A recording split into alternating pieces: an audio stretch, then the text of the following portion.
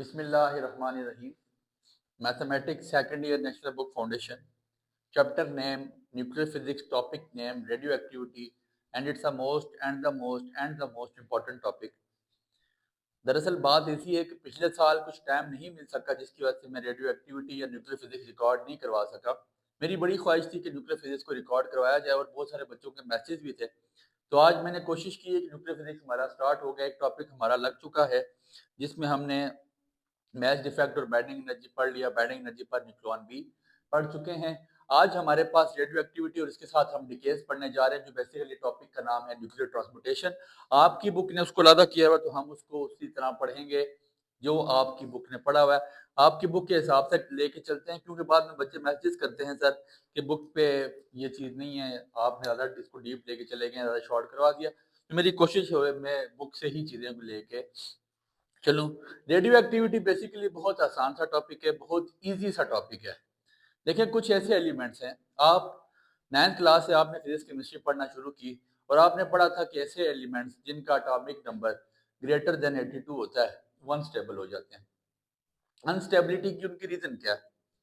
देखिए आपको कल जब मैच डिफेक्ट बताया गया या पढ़ाया गया, उसमें आपको एक बात बताई गई थी कि आप जानते हैं कि जो उसका मैस ऑफ टोटली न्यूक्लियस होता है वो कम हो जाता है as compare to mass of proton and neutron के।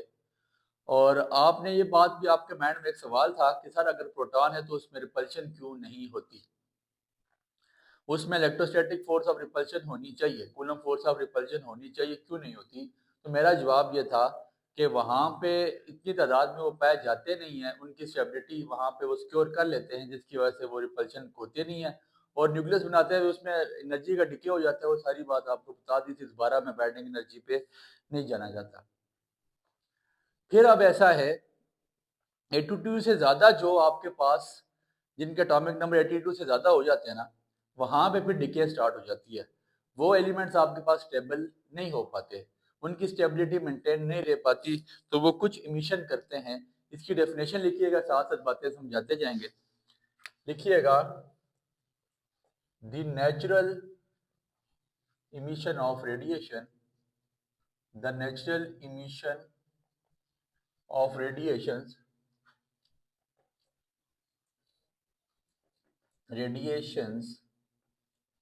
from unstable nuclei from unstable nuclei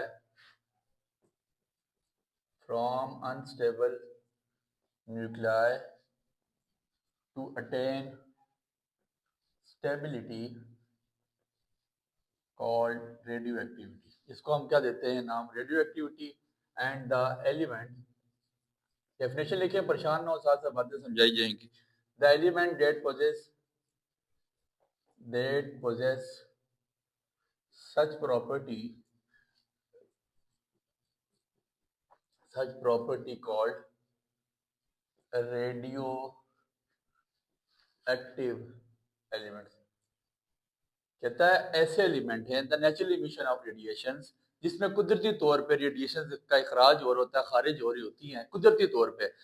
आपने 10th में डेफिनेशन पढ़ी होगी, the spontaneous emission of radiation. तो स्पॉन्टेनियस बेसिकली नेचुरल ही है। The natural emission of radiation, कुदरती तौर पे इमिशन का इखराज हो रहा होता है फ्रॉम अनस्टेबल न्यूक्लियाई, एक न्यूक्लियस है जो अनस्टेबल है, जो चाहता है कि उसमें से रेडिएशन निकले, जो चाहता है कि उसमें कुछ चीजें इमिट हों और वो जाके अपनी स्टेबिलिटी हासिल कर ले। इस कायनात में बेसिकली हर बंदा इसी तलाश में है कि वो एक स्टेबिलिटी की तरफ जाए, उसका जो है वो अपना एक इक्विलिब्रियम पॉइंट पे आ जाए। लेकिन जो आपके पास एलिमेंट्स है ग्रेटर देन एटॉमिक नंबर जिनकी 82 है, वो भी यही चाहते हैं कि स्टेबल हो जाए। वो स्टेबल होने के लिए क्या करते हैं, अपने न्यूक्लियस को स्टेबिलिटी अटेन करने के लिए कि क्या करते हैं, मिशन करते हैं, कुदरती तौर पे वहां से कुछ रेडिएशन का इखराज होता है और ऐसे एलिमेंट को हम रेडियो एक्टिव एलिमेंट कहते हैं। अब ये बेसिकली इसके पीछे बैकग्राउंड क्या था, इसकी हिस्ट्री क्या है। इन 1896 आपने पढ़ा क्लास 10th में भी, Henry becquerel discovered radioactivity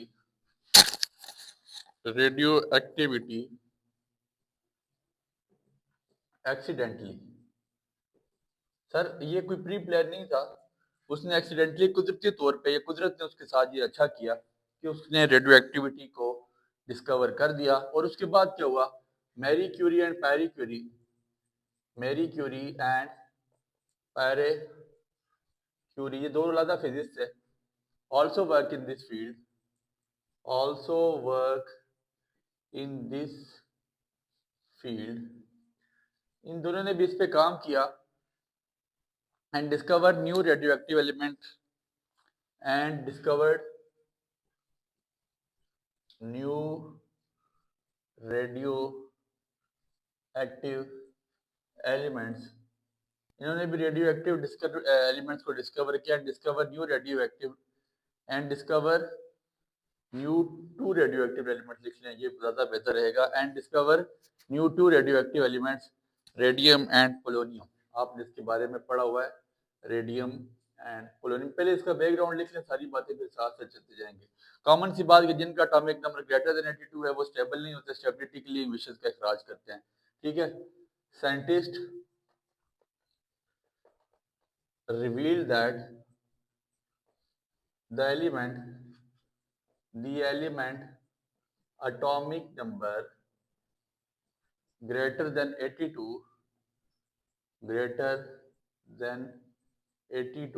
called unstable nuclei, बल्कि greater than 82 और unstable nuclei। साइंटिस्ट ने ये बात डिस्कवर की या रिवील की कि जिन एलिमेंट्स का एटॉमिक नंबर 82 से ज़्यादा है वो क्या है, basically greater than 82 unstable nuclear, उनके न्यूक्लियस अनस्टेबल हैं। तो बेसिकली क्या है, there are 3 types of radio activity के मेन टॉपिक पे आते हैं। There are 3 main types of radio active decay. कुछ बुक्स रेडियो एक्टिव डिके लिखती है, कुछ बुक रेडियो एक्टिव इमिशन लिखती है कि बात इखराज ही होता है, टूट जाना या इखराज होना। एक आपके पास क्या है, अल्फा डिके, एक आपके पास है बीटा डिके, बीटा में आपके पास बीटा पॉजिटिव और नेगेटिव दोनों है, और तीसरा डिके आपके पास गैमा डिके। ये बहुत ज़्यादा इंपॉर्टेंट है, सुनिएगा, समझिएगा, गौर कीजिएगा। मेरे से समझिए, शायद आपको आसानी से समझ आ जाए। मैं बहुत इजी करके इस टॉपिक को लेके चलूँगा। आई डोंट थिंक सो कि यहाँ पे आपके लिए कोई परेशानी का बाइस बनेगा। इसको कोशिश करें कि यहाँ तक स्क्रीनशॉट ले लें। थोड़ी सी राइटिंग उस तरह अच्छी नहीं है, मैं कोशिश करता हूँ साथ साथ बोलता रहूँ कि आप इसको अपने पास नोट डाउन करते जाएं, और बोलता भी 0.5x की स्पीड से हो कि आप में से हर बंदा इसको अपने पास लिख ले। मेरी कोशिश होती है, हमारा काम तो अपनी तरफ से स्ट्रगल करना है, मेहनत करना है, आगे मेरे अल्लाह की मर्जी कि वो क्या चाहता है हमसे। अब ऐसा है, लिखिएगा,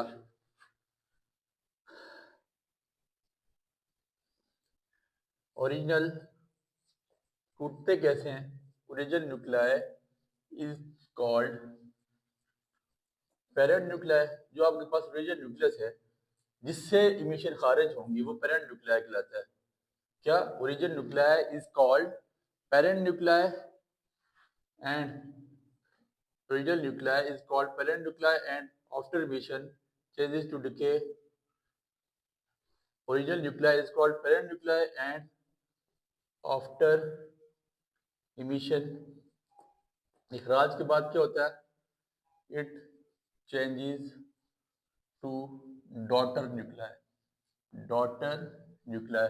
मतलब सर कॉमन सी बात है, ग्रेटर देन 82 जिसका एटॉमिक नंबर था, फॉर एग्जांपल किसी का एटॉमिक नंबर 86 था, वो वहां से टूटा, 86 पेरेंट न्यूक्लियाई था जिसमें टूट के वो नया जाके चेंज हुआ, जो नई चीज वो बनी, कोई ना कोई तो एलिमेंट बना होगा, जाहिर सी बात है। तो वो फिर किसको क्या कहेंगे हम, daughter nuclei.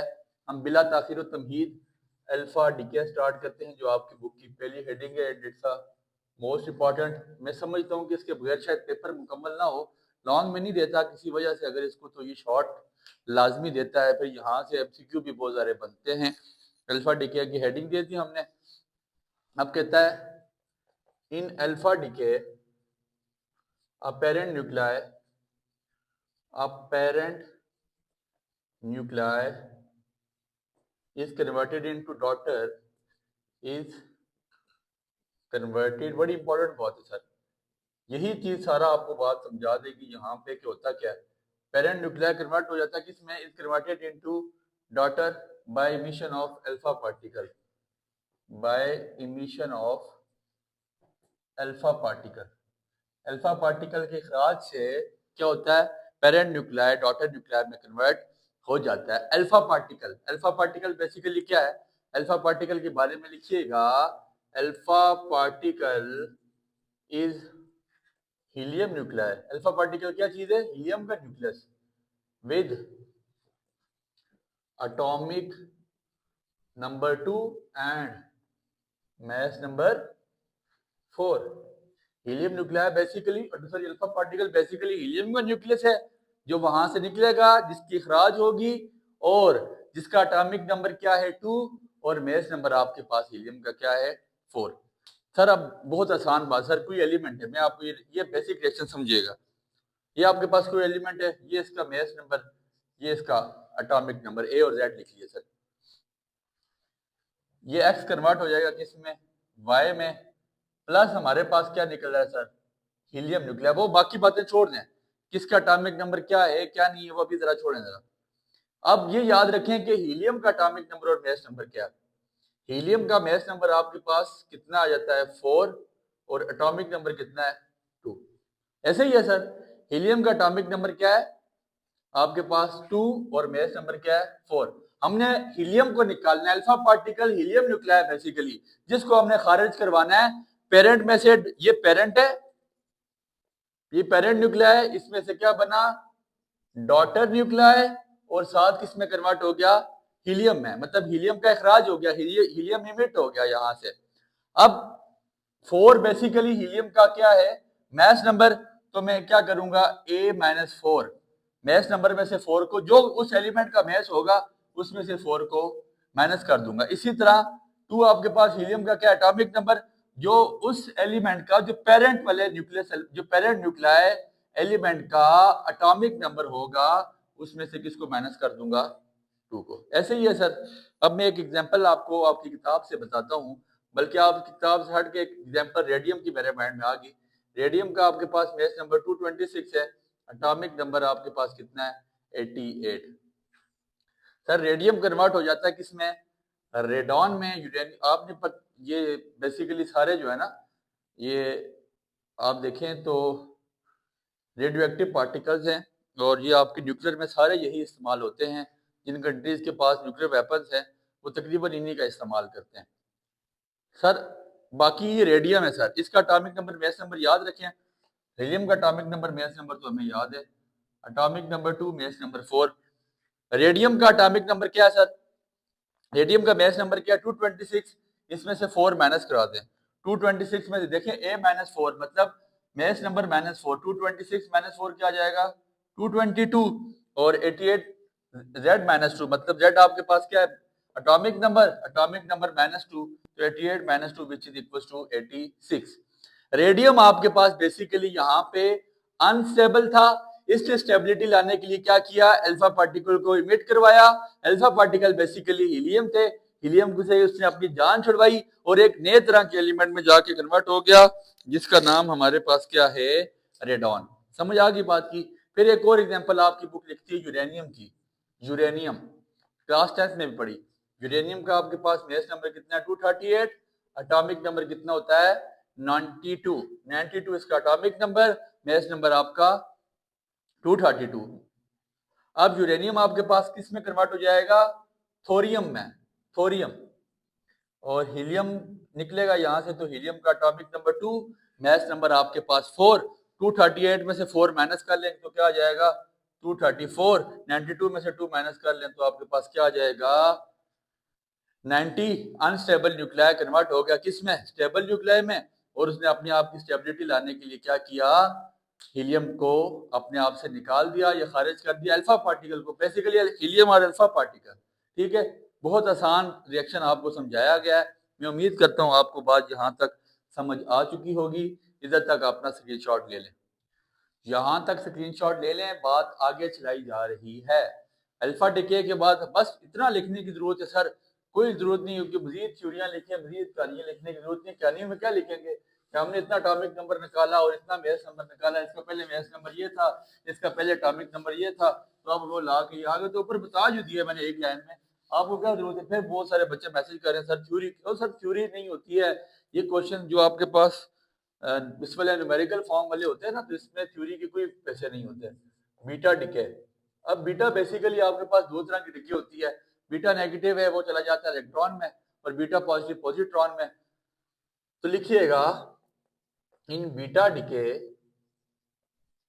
a parent nuclide is converted into daughter nuclei is converted into daughter, वही काम होगा जो वहां पे हुआ था, वहां पे अल्फा पार्टिकल निकला था, यहाँ पे केड़ा पार्टिकल निकलेगा? Beta. In beta decay a parent nuclide is converted into daughter nuclide by emission of beta particle, by emission of beta particle. Beta का खराज होने जा रहा है सर, बीटा पार्टिकल यहाँ पे निकलेंगे। और बीटा पार्टिकल के बारे में क्या है? Beta particle is basically electron. Beta particle क्या है? इलेक्ट्रॉन है सर। बीटा पार्टिकल इलेक्ट्रॉन है। तो बीटा नेगेटिव क्या है? बीटा नेगेटिव के बारे में लिखिएगा, beta negative is electron and beta positive is, beta positive particle is positron. Positron क्या चीज है? मैं आपको पेयर प्रोडक्शन और पेयर एनिहिलेशन में बड़ी अच्छी तरह बता के आया हूं। आपका टेस्ट लिया जा रहा है, आप मुझे बताएंगे कि पॉजिट्रॉन कहा किसको जाता है, कमेंट सेक्शन में जाके बताएं कि व्हाट इज पॉजिट्रॉन, पॉजिट्रॉन क्या होता है। पेयर प्रोडक्शन और पेयर एनिहिलेशन वाला टॉपिक सुन के बता दीजिएगा, लेकिन ये आपके दिन में छोड़ो। ठीक हो गया सर? अब ऐसा है, सबसे पहले मैं यहाँ पे दोनों डिके करूंगा। पहले मैं बीटा नेगेटिव डिके गेटिंग दूंगा, beta negative. Sir simple electron निकलेगा बस, और कुछ भी नहीं निकलता। बीटा नेगेटिव डिके, ये एक्स आपके पास कोई एलिमेंट हुआ होगा जिसका मैस नंबर और एटॉमिक नंबर होगा, वो कन्वर्ट होगा किस में? एक्स बेसिकली पेरेंट न्यूक्लियाई होगा, कन्वर्ट हो जाएगा डॉटर न्यूक्लियाई में, और साथ निकलेंगे कौन साहब? इलेक्ट्रॉन साहब। क्या कौन से साहब सर? इलेक्ट्रॉन साहिब। ऐसे ही है सर। अब beta negative decay atomic number में, सर इलेक्ट्रॉन का आपको पता है यहाँ पे क्या होता है? एटॉमिक नंबर और मैस नंबर के बारे में तो आपको पता है ना। तो इलेक्ट्रॉन बेसिकली एक ही चार्ज आपके पास क्या है? -1। यहाँ पे चार्ज क्या आता है इलेक्ट्रॉन के? -1 है ना sir, mass number atomic number. तो -1 बेसिकली इलेक्ट्रॉन का चार्ज है। तो अब हमने क्या करना है, इसमें कोई ये 0 है ना, तो ये याद रखें इसके मैस नंबर में कोई तब्दीली नहीं होगी। इसका एटॉमिक नंबर क्या होगा? ये Z है, तो ये Z+1 क्या हो जाएगा? Z+1। Z+1 क्यों लिखेंगे? देखिएगा, देखें आपको याद हो ना, जब हम केमिस्ट्री में हमने ये चीज पढ़ी है कि जब हम इलेक्ट्रॉन देते हैं किसी को, जब हम इलेक्ट्रॉन किसी को देते हैं तो उस पर साइन पॉजिटिव आ जाता है, लेने वाले पे पॉजिटिव आ जाता है। और ये और मतलब लेने वाले पे आपके पास जो लेने वाला है ना, उस पर चार्ज आपके पास नेगेटिव आ जाता है, और देने वाले पे पॉजिटिव होता है। तो अब ये नेगेटिव चार्ज यहाँ पे आ गया, तो Z+1 बता रहा है कि एक इलेक्ट्रॉन यहाँ से आपके पास इलेक्ट्रॉन की कमी नहीं हुई है, ज्यादती हुई। बेसिकली कार्बन आपके पास होता है 14, कार्बन 14 है, तो ये कन्वर्ट हो जाएगा नाइट्रोजन में। नाइट्रोजन का आपके पास मैस नंबर है 14, कार्बन का एटॉमिक नंबर है 6, ये कन्वर्ट हो जाएगा किसमें? 7 में। Z+1 का मतलब 6+1, 6+1 होता है 7, प्लस इलेक्ट्रॉन। इलेक्ट्रॉन यहाँ से उसी तरह मिट हो जाएंगे 0, और यहाँ पे आप लिख लीजिएगा माइनस। ये आपके पास बीटा नेगेटिव डिके। इसके बाद बीटा पॉजिटिव डिके। कौन सा decay sir? Beta positive decay. ये आपके पास parent nuclei, atomic number, mass number, ये आपके पास डॉटर न्यूक्लियाई, और ये आपके पास इलेक्ट्रॉन। बट यहाँ पे पॉजिटिव डिके होगी तो किस में जाएगा? पॉजिट्रॉन में। किस में? पॉजिट्रॉन में, इलेक्ट्रॉन में नहीं, पॉजिट्रॉन में। यहाँ पे 1 0, तो ये आपके पास मैस नंबर ऐसे ही रहेगा, एटॉमिक नंबर में एक कम हो जाएगा, Z-1। देखिए Z+1 और यहाँ -1 तब स्टेबल होता है, Z-1 ये +1। ठीक हो गया? अब ऐसी कोई एग्जांपल देते हैं। आपके पास फ्लोरीन की एग्जांपल है। फ्लोरीन आपके पास क्या आ जाता है? 18 इसका मैस नंबर और 9 इसका एटॉमिक नंबर। ये कन्वर्ट होता है ऑक्सीजन में। ऑक्सीजन का आपके पास मैस नंबर कितना है? 18, और एटॉमिक नंबर है 8। Z-1 9 में से 1 निकालें 8 ही बच जाए ना सर, और इलेक्ट्रॉन 0 और यहाँ पे 1, 8 और 1 9, वही बात, 7 में से 1 निकाले मुड़ के 6 बच जाते हैं। आप इसको बैलेंस भी कर सकते हैं, ये देखें 14 14 ही रहेगा, 6 में से 1 निकाले मतलब 7 में से 1 निकाले, ये 7 आ गया, 14 जमा 0 14 ही आ गया, लेफ्ट राइट के बराबर आ जाती है। ये काम आपकी आसानी के लिए किया गया है, इसका यहाँ तक स्क्रीनशॉट ले लें। इंपॉर्टेंट टॉपिक है सर, फिर बता रहा हूँ। इसके बाद तीसरा हमारे पास डिके जो होने जा रहा है वो होने जा रहा है गैमा डिके। ठीक है सर, गैमा डिके पढ़ते हैं और फिर आपसे इजाजत लेते हैं। आई डोंट थिंक सो कि इसमें इस टॉपिक में आपको कोई अभी तक प्रॉब्लम हुई होगी। मैंने तो अपनी तरफ से पूरी कोशिश की है कि आपको मैं समझा सकूं। आगे उस लाल शरीफ की मर्जी कि वो मुझसे आपको फायदा देना चाहता है या नहीं। गैमा डिके, ठीक है जी, ये बड़ी इंपॉर्टेंट बात है सर। यहाँ पे क्या इमिट करते हैं, gamma rays are electromagnetic radiations emitted from nucleus. Electromagnetic radiations, आपने पढ़ा था गैमा रेज उसकी टाइप थी, emitted from the nucleus. Nucleus से इलेक्ट्रोमैग्नेटिक रेडिएशन खारिज होती हैं। क्या होता है जी, gamma decay occurs, gamma decay कब होता है, gamma decay occurs when a radioactive nucleus, when a radioactive nucleus have excess energy, have excess energy, लिख ले पॉइंट लिख ले फिर समझाता हूँ। Gamma decay occurs when a radioactive nucleus have excess energy, when a nucleus changes, when a nucleus changes from an excited energy state, कहता है when जब न्यूक्लियस चेंज हो जाएगा किसमें, when a nucleus changes from an excited energy state to low energy state, to low energy state, photon emitted, ये भी आपको पढ़ा के आया हूँ किसमें, पेयर प्रोडक्शन और पेयर एनिलेशन में। when a nucleus changes from an excited energy state to low energy state, जब न्यूक्लियस कन्वर्ट होगा तो फिर आपके पास क्या हो जाएगा, फोटोन इमिटेड। तो किसका खराज होगा आपके पास यहाँ पे, फोटोन का। ये आपके पास रिएक्शन लिख लें, पेरेंट न्यूक्लियाई, ये इसके ऊपर छोटा सा आपने जीरो डालना है। ये जीरो क्या शो करता है आपके पास, जीरो आपके पास पेरेंट न्यूक्लियाई की एक्साइटेड स्टेट को शो करता है। एक्स नॉट डालिएगा, ये पेरेंट न्यूक्लियाई की एक्साइटेड स्टेट है। जब ये एनर्जी को एब्जॉर्ब कर लेंगे तो ये डॉटर न्यूक्लियाई मेन एलिमेंट में कन्वर्ट हो जाएंगे। ये आपके पास एटॉमिक नंबर और मास नंबर प्लस यहाँ से गैमा जो आपके पास in the form of photon release हो जाएगा वो निकलता है। इसकी एग्जांपल आपके पास कोबाल्ट की है, कोबाल्ट 60 आपने पढ़ा था, कोबाल्ट 60 और इसका आपके पास एटॉमिक नंबर 27 था।